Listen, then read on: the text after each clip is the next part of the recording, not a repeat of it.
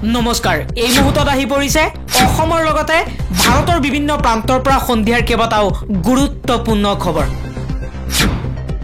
এই মুহূৰ্তত জনাই আছো এটা বিগ ব্ৰেকিং নিউজ জুবিন গাৰ্গে ন্যায় নাপায় মুখ্যমন্ত্ৰী হিমন্ত বিশ্ব শৰ্মা আৰু অসম আৰক্ষীৰ ওপৰত বৰষা নাইকিয়া হৈছে সংবাদ মেলত এই বিস্ফোৰক মন্তব্য কৰিছে অখিল গগৈয়ে কৈছে মই লিখি দিব পাৰো যিদৰে তদন্ত চলি আছে এই তদন্তত জুবিন গাৰ্গে ন্যায় নাপায় আৰএছএছৰ বস্ত্ৰ পৰিধান কৰিলে পবিত্ৰ মাৰ্গেৰিটাক লৈ সামাজিক মাধ্যমত ব্যাপক চৰ্চা এছামে সমৰ্থন কৰা নাই যদিও আন এছামে সমৰ্থন কৰিছে যোৰহাট নগৰত ৰাষ্ট্ৰীয় স্বয়ংসেৱক সংঘৰ শতাব্দী বৰ্ষ উদ্ঘাটন কাৰ্যক্ৰমত অংশগ্ৰহণ কৰি কেন্দ্ৰীয় বৈদেশিক মন্ত্ৰী পবিত্ৰ মাৰ্গেৰিটাই বস্ত্ৰ পৰিধান কৰিলে মুখ্যমন্ত্ৰী হিমন্ত বিশ্ব শৰ্মাই যদি ন্যায় দিব নোৱাৰে দায়িত্ব এৰি দিয়ক জুবিন গাৰ্গৰ মৃত্যুত কোন জড়িত আছে কম বেছি পৰিমাণে ৰাইজে গম পাইছে সেইবোৰ ৰাইজে বিচাৰ কৰিব জুবিন গাৰ্গৰ মৃত্যুৰ তদন্তক লৈ ধুবুৰীৰ সাংসদ ৰকিবুল হুছেইনৰ প্ৰতিক্ৰিয়া অসমত ৩৮% অতিক্ৰম কৰিলে মুছলমানৰ জনসংখ্যা মাজুলীত ১০০% হৈছে মুছলমানৰ জনসংখ্যা অসমীয়া মুছলমানৰ জনসংখ্যা বৃদ্ধি হোৱা নাই সেইটো আমাৰ দৰেই হিন্দু মানুহৰ দৰেই একেই আছে কিন্তু সন্দেহজনক মুছলমানৰ সংখ্যাহে বৃদ্ধি পাইছে বুলি আজি মন্তব্য কৰিছে মুখ্যমন্ত্ৰী হিমন্ত বিশ্ব শৰ্মাই জুবিন গাৰ্গৰ ন্যায়ৰ দাবীত পুনৰ সামাজিক মাধ্যমত এখন পোষ্ট অংগৰাগ পাপন মহন্তই কৈছে ধৈৰ্যৰে বাট চাই আছো সত্যৰ অপেক্ষা ইফালে শিল্পী জুবলিয়েও সামাজিক মাধ্যমত উল্লেখ কৰিছে বহুত ধৈৰ্য সহকাৰে সত্য আৰু ন্যায়ৰ অপেক্ষাত আছো জুবিন গাৰ্গৰ মৃত্যুৰ তদন্তৰ বাবে সিংগাপুৰ চৰকাৰৰ আইনী সহযোগিতা বিচাৰি পত্ৰ প্ৰেৰণ কৰিছে ভাৰত চৰকাৰে সিংগাপুৰৰ ভাৰতীয় দূতাবাসৰ প্ৰথম সচিব টি প্ৰভাকৰলৈ পত্ৰ প্ৰেৰণ কৰিছে গৃহ মন্ত্ৰণালয়ৰ অবৰ সচিব প্ৰবীণ সিঙে প্ৰেৰণ কৰিছে এই পত্ৰ জেলৰ ভিতৰত থাকিও ভিআইপি লাগে শ্যামকানু মহন্তক লাগে বডি মাসাজ সিআইডিক এই মৰ্মে আবেদন জনাইছে শ্যামকানু মহন্তই তালিবান চৰকাৰৰ তৎপৰতাত পাকিস্তানত ভয়ংকৰ আক্ৰমণ পাকিস্তানী সেনাৰ ওপৰত ভয়ংকৰ আক্ৰমণ চলাইছে আফগানিস্তানত প্ৰথমে আক্ৰমণ চলাই আনন্দ কৰিছিল পাকিস্তানী আজি ভয়ংকৰ আক্ৰমণত পাকিস্তানৰ ৫৮ জনকৈ সেনা জোৱান নিহত হৈছে আৰু লগতে ৩০ জনকৈ জোৱান আঘাতপ্ৰাপ্ত হৈছে বুলি মন্তব্য কৰিছে জাবিহুল্লাহ মুজাহিদে এই কথা উল্লেখ কৰিছে আফগানিস্তানৰ চৰকাৰে কৈছে যেতিয়ালৈকে পাকিস্তানে আমাৰ ওপৰত একশন লৈ থাকিব তেতিয়ালৈকে তেওঁলোকৰ ওপৰত আমি ভয়ংকৰ একশন লৈ থাকিম ফেসবুকৰ পৰা নিলম্বিত একাউণ্ট ঘূৰাই পালে অখিলেশ যাদৱে শুকুৰবাৰে অৰ্থাৎ 10 অক্টোবৰত সন্ধিয়া নিলম্বিত হোৱা ফেসবুক একাউণ্ট অৱশেষত ঘূৰাই পালে সমাজবাদী পাৰ্টিৰ সভাপতি অখিলেশ যাদৱে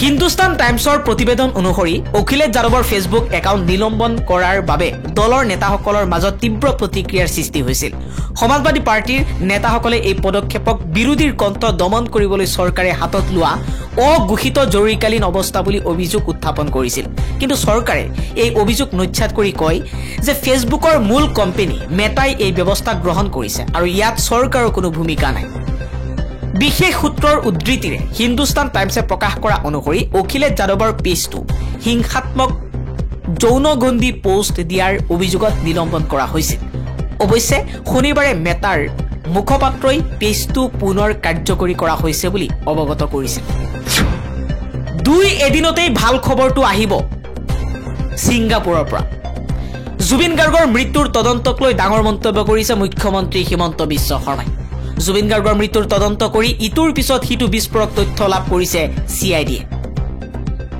মুখ্যমন্ত্ৰী আৰু হিমন্ত বিশ্ব শৰ্মাই কৈছে জুবিনৰ মৃত্যুৰ তদন্তত কেইবাজনো প্ৰবাসী অসমীয়াই জনাইছে সঁহাৰি এছআইটিৰ সমনৰ পাছতে ইতিবাচক সঁহাৰি সিংগাপুৰৰ প্ৰবাসী অসমীয়াৰ মোৰ দাদাৰ ন্যায় লাগিবই বৌয়ে গোটেই ৰাতি কান্দিছে সিআইডিৰ কাৰ্যালয়ত ভাষ্য গ্ৰহণৰ পাছতেই অৰুণ গাৰ্গৰ এই মন্তব্য।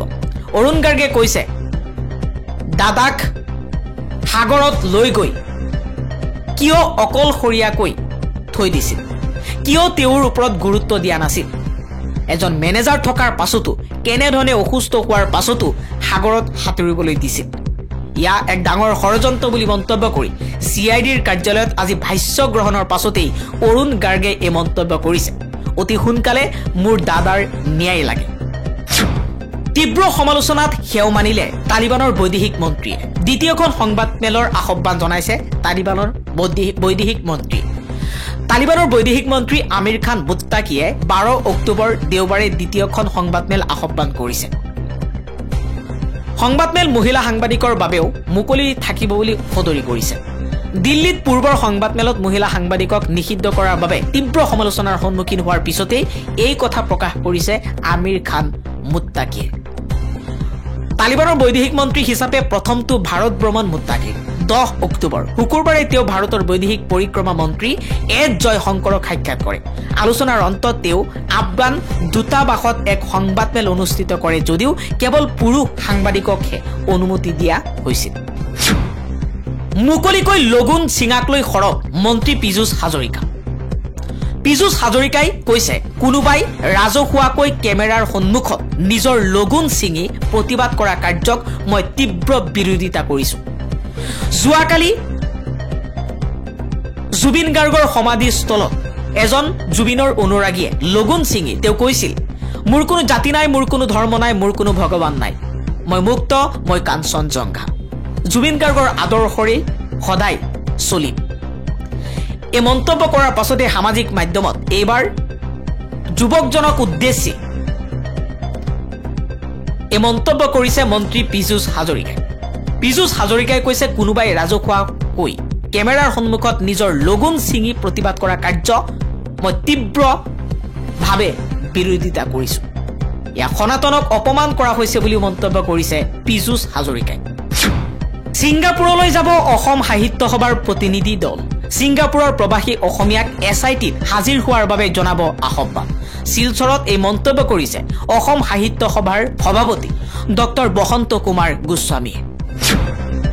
অসম মিয়াৰ দখললৈ যাব, এবাৰ মন্তব্য কৰিছে মুখ্যমন্ত্ৰী হিমন্ত বিশ্ব শৰ্মাই। দশক ধৰি অনুপ্ৰৱেশৰ ফলত অসম জনগাঁথনিগত পৰিৱৰ্তনৰ ভুক্তভোগী হৈ আহিছে। এই ৰুৰ বাস্তৱতাৰ প্ৰতিফলন হৈছে যে আমাৰ জনসংখ্যাৰ 38%তকৈ অধিক মুছলমান। কেন্দ্ৰীয় মন্ত্ৰী অমিত শ্বাহৰ দ্বাৰা জনগাঁথনি মিছন সম্পৰ্কীয় এখন উচ্চ স্তৰীয় সমিতিৰ ঘোষণা কৰা হৈছে। ইয়াৰ জৰিয়তে এই ৰাষ্ট্ৰীয় প্ৰত্যাহ্বানৰ বিজ্ঞানসন্মতভাৱে অধ্যয়ন আৰু মোকাবিলা কৰাৰ বাবে নীতিগত পদক্ষেপ গ্ৰহণ কৰা হ'ব। ইয়া নিশ্চিতভাৱে এক ঐতিহাসিক আৰু অতি প্ৰয়োজনীয় পদক্ষেপ হ'ব বুলি মন্তব্য কৰিছে মুখ্যমন্ত্ৰী হিমন্ত বিশ্ব শৰ্মাই। লগতে মুখ্যমন্ত্ৰী হিমন্ত বিশ্ব শৰ্মাই 1971 চনৰ পৰা 2021 চনত হোৱা সেন্সাছত 2011 চনত হোৱা সেন্সাছক তুলনামূলকভাৱে বৰ্ণনা কৰিছে। মুখ্যমন্ত্ৰী হিমন্ত বিশ্ব শৰ্মাই দিয়া তালিকাত উল্লেখ কৰা হৈছে যে 1971 চনত অসমত হিন্দুৰ সংখ্যা আছিল 72.51% আৰু মুছলমানৰ সংখ্যা আছিল 24.56%। 1991 চনত অসমত হিন্দুৰ সংখ্যা আছিল 67.13% আৰু মুছলমানৰ সংখ্যা আছিল 28.48%। 2001 চনত অসমত হিন্দুৰ সংখ্যা আছিল 64.89% আৰু মুছলমানৰ জনসংখ্যা আছিল 30.92%। 2011 চনত অসমত হিন্দুৰ জনসংখ্যা আছিল 61.46%, অসমত মুছলমানৰ জনসংখ্যা আছিল 34.22% আৰু 2021 চনত হিন্দুৰ জনসংখ্যা হৈছে 51% আৰু মুছলমানৰ জনসংখ্যা 38%তকৈও অধিক হৈ পৰিছে বুলি দাবী কৰিছে মুখ্যমন্ত্ৰী হিমন্ত বিশ্ব শৰ্মাই।